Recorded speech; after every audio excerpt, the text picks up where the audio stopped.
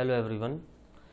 Programming in सी के अगले tutorial में हम लोग आज पढ़ेंगे रूल्स टू नेम वेरिएबल्स, कि वेरिएबल को नेम करने के रूल्स क्या क्या होते हैं।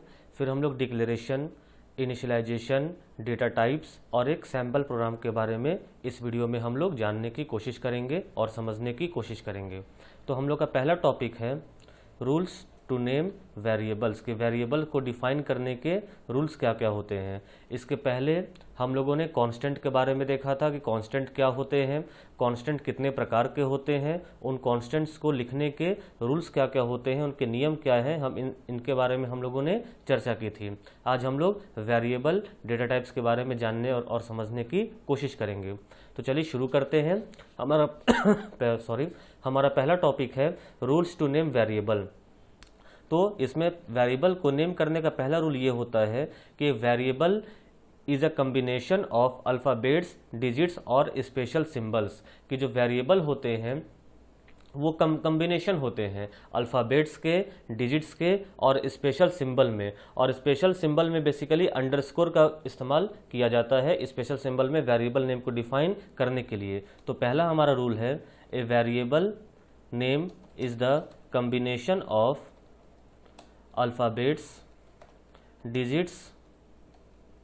डिजिट्स और अंडरस्कोर। अंडरस्कोर क्या होता है? अंडरस्कोर होता है जो ये एक डैश होता है, डैश नहीं बल्कि ये हमारा डैश हुआ, ये नहीं बल्कि अंडरस्कोर, यानी शिफ्ट दबाकर जब उस बटन को हम लोग प्रेस करेंगे तो हमारा ये अंडरस्कोर आएगा। तो वेरिएबल क्या होता है? वेरिएबल नेम कम्बिनेशन होता है अल्फ़ाबेट्स का, डिजिट्स का और अंडरस्कोर का, यानी कि वेरिएबल्स का इस्तेमाल कर सकते हैं, अल्फ़ाबेट्स का इस्तेमाल कर सकते हैं, डिजिट्स का इस्तेमाल कर सकते हैं, अंडरस्कोर का इस्तेमाल कर सकते हैं। दूसरा ये ए variable name can be start with alphabet और अंडरस्कोर। जो वेरिएबल नेम है वो या तो किसी अल्फ़ाबेट से शुरू होगा या अंडरस्कोर से शुरू होगा। दैट मीन्स कि हम कभी भी किसी भी वेरिएबल नेम को डिजिट से शुरू नहीं कर सकते हैं, कोई नंबर से शुरू नहीं कर सकते हैं। अंडरस्कोर के अलावे किसी और स्पेशल सिंबल को हम लोग यूज़ नहीं कर सकते हैं वेरिएबल नेम को स्टार्ट करने के लिए। वेरिएबल नेम के बीच में हम लोग कुछ भी यूज़ करें उससे कोई प्रॉब्लम नहीं है, लेकिन वेरिएबल नेम जो शुरू होता है वो या तो अल्फ़ाबेट से शुरू होगा या अंडरस्कोर से शुरू होगा, इसके अलावा किसी भी चीज़ से नहीं। तीसरा keywords can not be used as a variable name. Keywords का इस्तेमाल हम लोग वेरिएबल नेम में नहीं कर सकते हैं। अब आपके मन में एक क्वेश्चन आएगा कि कीवर्ड्स क्या होते हैं, तो कीवर्ड्स के बारे में जस्ट इसके अगले टॉपिक में हम लोग कीवर्ड्स के बारे में समझेंगे कि कीवर्ड्स क्या होते हैं और उनका इस्तेमाल हम लोग वेरिएबल नेम में नहीं कर सकते हैं। और चौथा है नो कॉमा और ब्लैंक स्पेस और special symbol other than underscore, यानी कि हम स्पेशल सिंबल में भी सिर्फ अंडरस्कोर का इस्तेमाल कर सकते हैं और किसी चीज़ का इस्तेमाल नहीं कर सकते हैं इन द वेरिएबल नेम। यानी कि हम लोग वेरिएबल नेम में कोई कॉमा का इस्तेमाल नहीं कर सकते, किसी ब्लैंक स्पेस का इस्तेमाल नहीं कर सकते या स्पेशल सिंबल का इस्तेमाल नहीं कर सकते अंडरस्कोर को छोड़कर किसी भी वेरिएबल नेम में। अगर हम एग्जांपल के तौर पर देखें तो जैसे हम लोगों ने पहले कहा ए variable name is the combination of alphabets, digits और अंडरस्कोर। दैट मीन्स कि हम वेरिएबल नेम हम कुछ भी ले सकते हैं। ABC ये हमारा वेरिएबल नेम है, ABC1 ये वेरिएबल नेम है, AB1C ये भी वेरिएबल नेम सही है। लेकिन अगर हम या AB अंडरस्कोर सी लिखते हैं, ये भी हमारा वेरिएबल नेम है, इसमें कोई प्रॉब्लम की बात नहीं है। लेकिन अगर हम लोग वेरिएबल नेम लिखते हैं 1AB तो ये एरर है, ये गलत है, क्योंकि अभी हम लोगों ने सेकंड पॉइंट में क्या देखा, ए variable name can be start with alphabet और अंडरस्कोर, कि सिर्फ अल्फ़ाबेट से इस्तेमाल शुरू कर सकते हैं या अंडरस्कोर से शुरू कर सकते हैं। लेकिन यहाँ पर हम लोगों ने शुरुआत में क्या यूज़ किया है? डिजिट, इसलिए हम इसका इस्तेमाल वेरिएबल नेम में नहीं कर सकते हैं। या अगर हम लिख दें ए बी, तो ये भी गलत होगा क्योंकि हम हैश क्या है, स्पेशल सिंबल है, लेकिन स्पेशल सिंबल में भी हमारे पास रेस्ट्रिक्शन है कि हम सिवाय अंडरस्कोर के किसी और भी स्पेशल सिंबल का इस्तेमाल नहीं कर सकते हैं। हम यहाँ स्टार्ट में भले हम अंडरस्कोर का इस्तेमाल कर लें, अंडरस्कोर ए बी, ये सही है क्योंकि हम वेरिएबल नेम को अंडरस्कोर से शुरू कर सकते हैं, लेकिन इसके अलावा किसी और स्पेशल सिंबल से इसका हम लोग शुरुआत नहीं कर सकते हैं। Keywords can not be used as a variable name, हम कीवर्ड्स का इस्तेमाल भी वेरिएबल नेम की तरह नहीं कर सकते। कीवर्ड्स बेसिकली होते क्या हैं, ये प्री डिफाइंड नेम्स होते हैं जो हमारे कंपाइलर में डिफाइंड होते हैं और इनका एक स्पेशल मीनिंग होता है, ये स्पेशल पर्पस के लिए इस्तेमाल किए जाते हैं। जब हम लोग प्रोग्रामिंग शुरू करेंगे तो हम लोग बहुत सारे कीवर्ड्स देखेंगे, जैसे इंट हुआ, फ्लोट हुआ, फॉर हुआ, वाइल हुआ, ये सब कीवर्ड्स हैं। तो इनका इस्तेमाल हम लोग कभी भी वेरिएबल नेम की तरह नहीं कर सकते हैं, वो एरर हो जाएगा क्योंकि ये स्पेशल पर्पस के लिए ही इस्तेमाल किए जाते हैं। तो keywords can not be used as variable name. और चौथा है नो कॉमा और ब्लैंक स्पेस और special symbol other than underscore will be allowed in the variable name, कि कोई कॉमा का इस्तेमाल, यानी बेसिकली अगर हम लोग यहाँ पे लिखें ए कॉमा बी, ये गलत है क्योंकि वेरिएबल नेम ए भी हो सकता है, ए कॉमा बी नहीं हो सकता है, या ए स्पेस भी लिख दें तो ये भी गलत है क्योंकि वेरिएबल नेम के बीच में हम लोग कभी भी स्पेस नहीं दे सकते हैं, या वेरिएबल नेम के बीच में किसी और अगर स्पेशल सिंबल का इस्तेमाल करते हैं तो ये भी गलत है। सिर्फ अंडरस्कोर का इस्तेमाल कर सकते हैं, जैसा कि यहाँ पर हम लोगों ने किया है, सिर्फ हम अंडरस्कोर का इस्तेमाल कर सकते हैं, हम किसी और स्पेशल सिंबल का इस्तेमाल नहीं कर सकते हैं। तो ये 4 रूल्स हैं वेरिएबल नेम्स को डिफाइन करने के लिए। तो rules to define variable name में पहला रूल ये हो गया कि variable name is the combination of alphabets, digits और underscore. A variable name can be start with alphabet और underscore. Keywords can not be used as a variable name. और चौथा, नो कॉमा और ब्लैंक स्पेस और special symbol other than underscore will be allowed in the variable name, कि variable name में हम इनका इस्तेमाल नहीं कर सकते हैं। तो ये तो हम लोगों ने जाना वेरिएबल नेम्स के बारे में। वेरिएबल नेम्स को तो डिफाइन करने का रूल हम लोगों ने समझ लिया। अब आइए हम समझने की कोशिश करते हैं कि ये वेरिएबल्स होते क्या है, हमें वेरिएबल को इस्तेमाल करने की ज़रूरत क्यों पड़ती है। तो वेरिएबल नेम को इस्तेमाल करने की हमें ज़रूरत बेसिकली इसलिए पड़ती है, देखिए हमारे किसी भी प्रोग्रामिंग लैंग्वेज में 2 तरह की मेमोरी होती है, एक होती है लॉजिकल मेमोरी और एक होती है फिजिकल मेमोरी। अब सवाल ये उठता है कि लॉजिकल मेमोरी क्या है और फिजिकल मेमोरी क्या है। इसको हम कुछ इस तरीके से समझें, जैसे लेट्स एग्जांपल लेते हैं एयर का, हवा। जो एयर होता है वो भी स्पेस को ऑक्युपाई करता है, लेकिन क्या हम उस स्पेस को देख सकते हैं? तो बिल्कुल नहीं। अगर हमारे इन्वायरमेंट में हमारे अगल बगल हमारे एयर है, लेकिन क्या हम लोग एयर ने कितना स्पेस ऑक्युपाई किया है, क्या हम उस स्पेस को देख सकते हैं? बिल्कुल नहीं।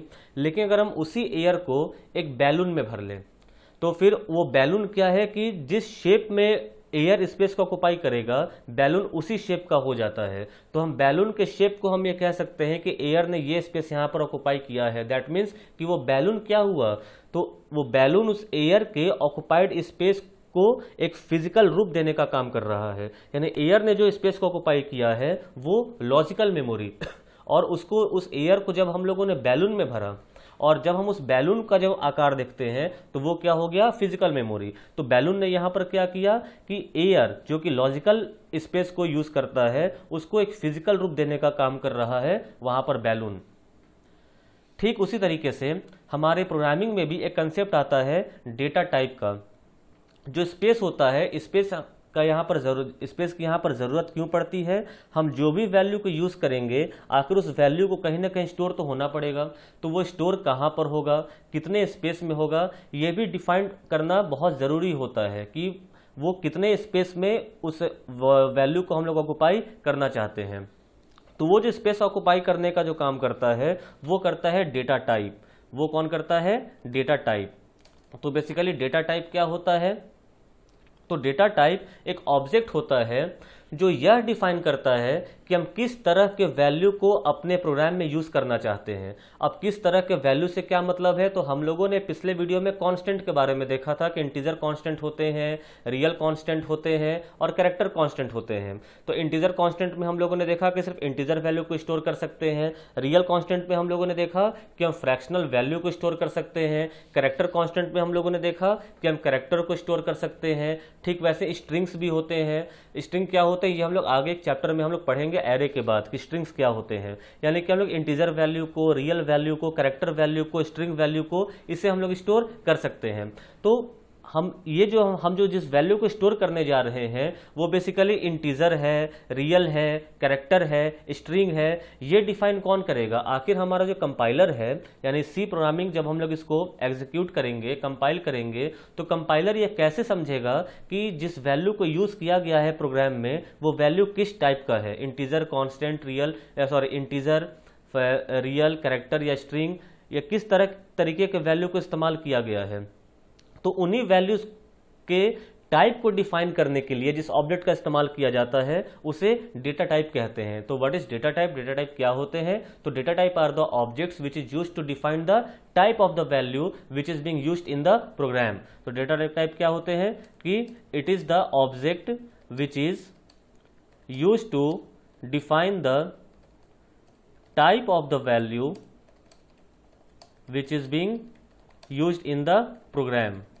जो प्रोग्राम में हम जिस वैल्यू को यूज कर रहे हैं वो किस तरीके का वैल्यू को यूज कर रहे हैं। तो डेटा टाइप कौन कौन से होते हैं? इंट होता है, फ्लोट होता है, कैर होता है, स्ट्रिंग के लिए हम कैरेक्टर पॉइंटर का भी इस्तेमाल करते हैं या कैरेक्टर एरे का भी इस्तेमाल करते हैं। इससे हम लोग आगे टॉपिक्स में हम लोग पढ़ेंगे और समझने की कोशिश करेंगे कि ये होते क्या है। तो इस तरीके के हमारे डेटा टाइप्स होते हैं। तो इंट का इस्तेमाल क्यों किया जाता है? इंट का इस्तेमाल किया जाता है इंटीजर वैल्यू को स्टोर करने के लिए, इंटीजर वैल्यू को स्टोर करने के लिए। फ्लोट का इस्तेमाल क्यों किया जाता है? फ्रैक्शनल वैल्यू को स्टोर करने के लिए। वैसे कैर का इस्तेमाल क्यों किया जाता है? कैरेक्टर वैल्यू को स्टोर करने के लिए। कैरेक्टर पॉइंटर और ये कैरेक्टर एरे का इस्तेमाल क्यों किया जाता है? स्ट्रिंग वैल्यू को स्टोर करने के लिए। इन दोनों का इस्तेमाल होता है स्ट्रिंग वैल्यू को स्टोर करने के लिए। इसके बारे में डिटेल में हम लोग जब स्ट्रिंग्स चैप्टर शुरू करेंगे तब इसके बारे में हम लोग पढ़ेंगे कि ये क्या होता है, दोनों में क्या डिफरेंस होता है, वगैरह वगैरह।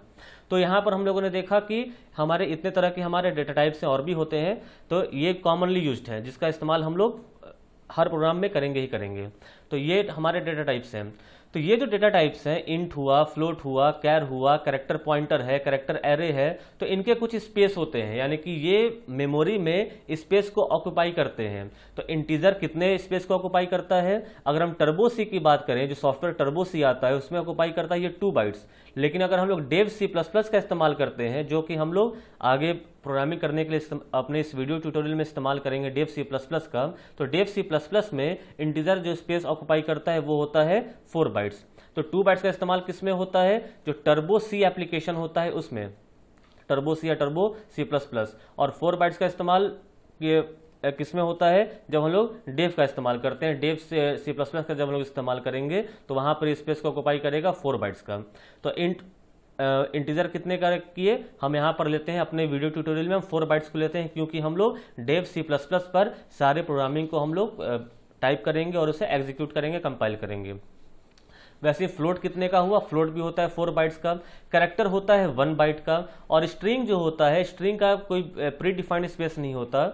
हम जितने कैरेक्टर के वैल्यू को उसमें हम स्टोर करते हैं ये उतने स्पेस को खुद ब खुद ऑक्यूपाई कर लेता है। तो हम पहले बात करेंगे इंट, फ्लोट और कैर का, क्योंकि इसके प्री डिफाइंड स्पेस होते हैं। तो इंट के कितने हुए? इंट के हम लोगों ने देखा इसका हुआ 4 बाइट्स, इसका भी होता है 4 बाइट्स, कैरेक्टर का होता है 1 बाइट 1 बाइट।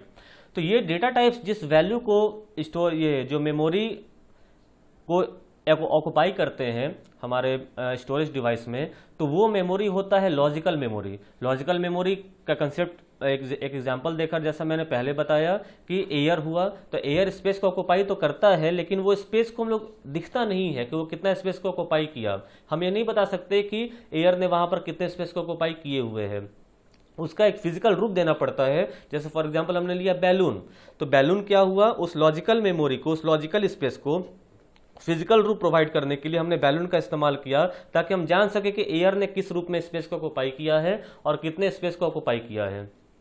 ठीक वैसे ही इंटीजर जो हमारे डेटा टाइप्स होते हैं, डेटा टाइप्स मेमोरी को बेसिकली ऑक्यूपाई करने का काम करते हैं, लेकिन वो लॉजिकल मेमोरी को ऑक्यूपाई करते हैं, यानी कि उस स्पेस को हम लोग यूज नहीं कर सकते।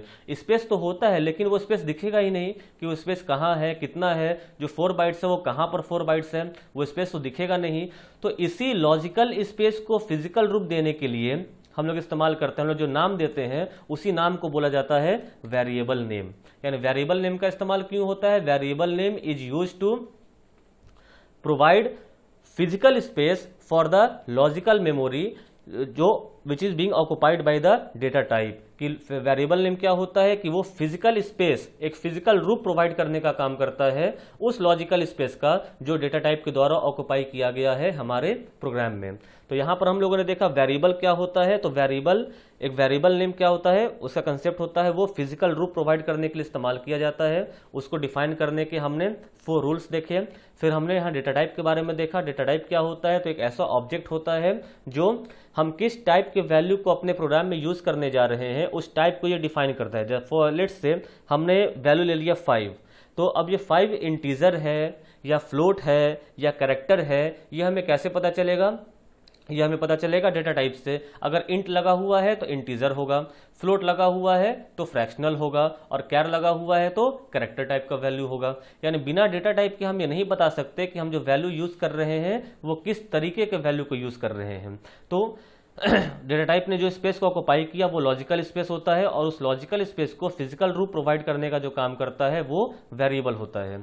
तो अब सवाल ये उठता है कि आखिर किस तरीके से हम डेटा टाइप और वेरिएबल नेम का इस्तेमाल करेंगे अपने प्रोग्राम में। तो वेरिएबल नेम और डेटा टाइप को इस्तेमाल कर जो किया जाता है उसमें वो 2 टर्म होते हैं। एक टर्म होता है डिक्लेरेशन और एक टर्म होता है इनिशियलाइजेशन। आइए लोग समझते हैं कि डिक्लेरेशन क्या होता है और इनिशियलाइजेशन क्या होता है। डिक्लेरेशन होता है हम किसी भी, अगर हमें वेरिएबल को यूज करना है, किसी भी वेरिएबल नेम को अगर हमें अपने प्रोग्राम में फर्दर यूज करना है तो पहले हमें डिक्लेयर करना होता है। पहले हमें अपने कंपाइलर को बताना होता है कि हम ये वेरिएबल नेम जो कि फलाने टाइप का है, वो कोई भी टाइप हो सकता है, कि फलाना वेरिएबल नेम जो फलाने टाइप का है इसे हम अपने प्रोग्राम में यूज करने जा रहे हैं, उसे पहले हमें डिक्लेयर करना होता है। जैसे किसी भी ऑर्गेनाइजेशन में या किसी भी वर्क प्लेस में अगर किसी एम्प्लॉय को अगर हायर करना हो तो पहले उस एम्प्लॉय को पहले डिक्लेयर करना होता है कि हाँ ये जो एम्प्लॉय है इनका नाम ये है और ये फलाने सब्जेक्ट के लिए यहाँ पर रखे गए हैं। ठीक उसी तरीके से वेरिएबल नेम को भी पहले डिक्लेयर करना होता है कि ये फलाना वेरिएबल नेम जो कि इस टाइप का है उसे हम लोग अपने प्रोग्राम में फर्दर यूज करने वाले हैं। तो डिक्लेयर करने, कैसे डिक्लेयर करेंगे, उसका सिंटैक्स क्या होता है, डिक्लेयर करने का रूल क्या होता है। तो इसका सिंटैक्स होता है डिक्लेरेशन का, एक मिनट, इसका सिंटैक्स होता है डिक्लेरेशन का रिटर्न टाइप और फिर यहां पर वेरिएबल नेम, रिटर्न टाइप और यहां पर वेरिएबल नेम। रिटर्न टाइप की जगह पर यहां पर हम लोग यहां डेटा टाइप होगा, not return type, sorry, data type और फिर यहां पर वेरिएबल नेम। तो जैसा कि हम लोगों ने देखा डेटा टाइप, फॉर एग्जांपल हम ले लेते हैं इंट।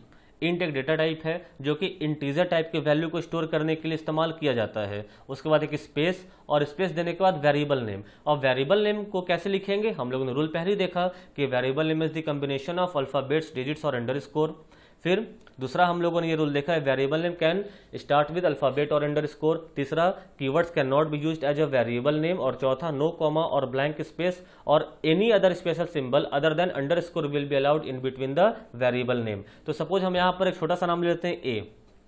तो हमने देखा कि डेटा टाइप यहाँ पे इंट हो गया और वेरिएबल नेम क्या हो गया, यहाँ पर ए हो गया। उसके बाद लास्ट में एक सेमी कॉलन जरूरी होता है। सेमी कॉलन का मतलब क्या हुआ, एंड ऑफ द स्टेटमेंट। जिस तरीके से इंग्लिश लैंग्वेज में फुल स्टॉप होता है, हिंदी लैंग्वेज में खड़ी पाई होती है, वैसे ही प्रोग्रामिंग में सेमी कॉलन होता है जो डिफाइन करता है एंड ऑफ द स्टेटमेंट कि स्टेटमेंट यहाँ पर खत्म हुआ, अब इसके बाद जो भी लिखा जाएगा वो अगला स्टेटमेंट होगा। तो स्टेटमेंट को एंड करने का ये सिंबल है सेमी कॉलन। तो हमने यहाँ पे लिखा इंट ए सेमी कॉलन। इसका मतलब क्या हुआ कि ए एक वेरिएबल का नाम है जो किस टाइप का है, इंटीजर टाइप का है। अब हम आगे अपने प्रोग्राम में इस ए को यूज कर सकते हैं किसी भी इंटीजर टाइप की वैल्यू को स्टोर करने के लिए। अगर हम बिना वेरिएबल को डिक्लेयर किए हुए हम अपने प्रोग्राम में यूज करेंगे तो एरर देगा। वो बोलेगा डिक्लेरेशन सिंटैक्स एरर कि इस वेरिएबल को डिक्लेयर किया ही नहीं गया है तो आप इसे यूज कैसे कर रहे हो। तो किसी भी वेरिएबल को यूज करने से पहले उसे डिक्लेयर करना जरूरी होता है। तो डिक्लेरेशन में हम लोग क्या देते हैं कि उस वेरिएबल का नाम क्या है और वो वेरिएबल किस टाइप के वैल्यू को स्टोर करने के लिए प्रोग्राम में यूज किया जा रहा है, और फिर लास्ट में सेमीकोलन यहाँ पर हम लोग दे देते हैं। तो यही इंट हमारा यहाँ पर डेटा टाइप हो गया और ए वेरिएबल नेम हो गया। तो फिर से समझते हैं हम लॉजिकल मेमोरी और फिजिकल मेमोरी को, कि अब हम यहाँ पर अगर ये कोई हमसे पूछे कि ये जो वेरिएबल ए है ये कितने बाइट के मेमोरी में ऑक्युपाई करेगा, या कितने बाइट के वैल्यू को, मैक्सिमम कितने बाइट्स के वैल्यू को ये स्टोर करेगा, तो हमारा आंसर होगा 4 बाइट्स। तो क्या वो जो 4 बाइट का स्पेस है क्या इस वेरिएबल नेम ए का है? तो बिल्कुल नहीं, वो 4 बाइट का स्पेस किसका है? इंट का है, लेकिन वो लॉजिकल मेमोरी है और लॉजिकल मेमोरी हम लोग यूज नहीं कर सकते हैं। तो उसी लॉजिकल मेमोरी को एक फिजिकल स्पेस दिया गया और उसका नाम क्या कर दिया गया? ए। दैट मीन्स कि ए उस लॉजिकल मेमोरी को इंडिकेट कर रहा है जो कि हमारे मेमोरी में वो स्पेस ऑक्युपाइड है। तो इस तरीके से ए क्या हो गया? यहाँ पे वेरिएबल नेम हो गया। तो इससे हमने कहा डिक्लेरेशन। तो डिक्लेरेशन में हम लोग क्या करते हैं कि वेरिएबल के नेम को डिक्लेयर करते हैं कि फलाना ए वेरिएबल नेम है, इस एग्जांपल में ए वेरिएबल नेम है और इंट उसका डेटा टाइप है जिसको हम लोग अपने प्रोग्राम में यूज करने वाले हैं। अगला टर्म हमारा आता है इनिशियलाइजेशन। इनिशियलाइजेशन क्या होता है? कभी कभी किसी वेरिएबल को डिफाइन करने के साथ साथ हम उसमें एक वैल्यू को भी स्टोर करना चाहते हैं, कि हम जो वेरिएबल नेम यूज करना चाह रहे हैं हम चाहते हैं कि हम वहां पर उसका एक वैल्यू भी डिफाइन करते हैं कि हाँ भाई ये वेरिएबल नेम है, इस टाइप के वैल्यू को स्टोर करेगा और ये उसका वैल्यू है। तो कहने का मतलब जैसे हमने यहाँ पर लिख दिया int A is equal to 5, तो यहां पर दोनों में डिफरेंस दिख रहे हैं। यहां पर हम लोगों ने सिर्फ ये डिक्लेयर किया कि हम एक ए नाम के वेरिएबल जो कि इंटीजर टाइप का है उससे अपने प्रोग्राम में यूज करने वाले हैं, और यहां पर हम लोगों ने क्या किया कि ए नाम का वेरिएबल जो कि इंटीजर टाइप के वैल्यू को स्टोर करेगा और वो वैल्यू क्या होगा? 5। यानी कि जहां भी हम ए को यूज करेंगे ऑटोमेटिकली वो किससे रिप्लेस हो जाएगा? 5 से, क्योंकि ए का वैल्यू क्या यहां पर हो गया? 5 हो गया। तो इसका अगर हम लोग सिंटैक्स देखें तो इसका सिंटैक्स हो जाएगा डेटा टाइप और फिर यहां पर वेरिएबल नेम, उसके बाद असाइनमेंट ऑपरेटर और यहां पर वैल्यू। यहां पर देखिए इज इक्वल टू नहीं है, ये प्रोग्रामिंग में इज इक्वल टू ये नहीं होता है, बल्कि इज इक्वल टू ये होता है, डबल इक्वल टू लगाते हैं, ये इज इक्वल टू होता है। इसे हम लोग यहाँ पे असाइनमेंट ऑपरेटर कहते हैं। ऑपरेटर्स के बारे में हम लोग अगले सेक्शन में पढ़ेंगे डिटेल में कि ऑपरेटर्स क्या होते हैं, कितने तरह के ऑपरेटर होते हैं, और सारे ऑपरेटर के बारे में एक एक करके हम लोग आगे समझेंगे कि operator, arithmetic operation, relational operator, logical operator, increment decrement operator, ये आपका equal to operator, assignment operator, इन सब के बारे में हम लोग जानेंगे और समझेंगे कि ये सब क्या होते हैं। तो ये डिक्लेरेशन हुआ और ये इनिशियलाइजेशन हुआ। तो डिक्लेरेशन क्या होता है? जस्ट डिक्लेयर करना कि एक वेरिएबल नेम है जो इस टाइप के वैल्यू को स्टोर करेगा, और इनिशियलाइजेशन क्या होता है कि वो वेरिएबल नेम है जो इस टाइप के वैल्यू को स्टोर करेगा और उसका वैल्यू ये रहेगा। यानी वैल्यू के साथ जब हम लोग डिक्लेयर करते हैं वो इनिशियलाइजेशन होता है, और विदाउट वैल्यू जो हम लोग वेरिएबल को डिफाइन करते हैं वो डिक्लेरेशन होता है। तो आई होप कि आपको वेरिएबल समझ में आ गया होगा, रूल्स टू नेमिंग वेरिएबल समझ में आ गया होगा, डिक्लेरेशन डेटा टाइप समझ में आ गया होगा, डिक्लेरेशन क्या है ये समझ में आया होगा, और इनिशियलाइजेशन क्या है ये समझ में आया होगा। अगली वीडियो में हम एक सैंपल प्रोग्राम देखेंगे। एक हम लोग पहला प्रोग्राम अपने सी लैंग्वेज में करेंगे और उस प्रोग्राम के थ्रू भी हम सारी चीज़ों को समझने की कोशिश करेंगे जो हम लोगों ने शुरू से पढ़ी हैं कि वो क्या होती हैं, उसको हम लोग कैसे यूज़ करने वाले हैं। तो इस वीडियो में इतना ही। अगर इसमें समझने में कोई प्रॉब्लम हुई हो तो कमेंट सेक्शन में कमेंट कर सकते हैं, वहाँ पर आपको उसका जवाब मिल जाएगा। Thank you.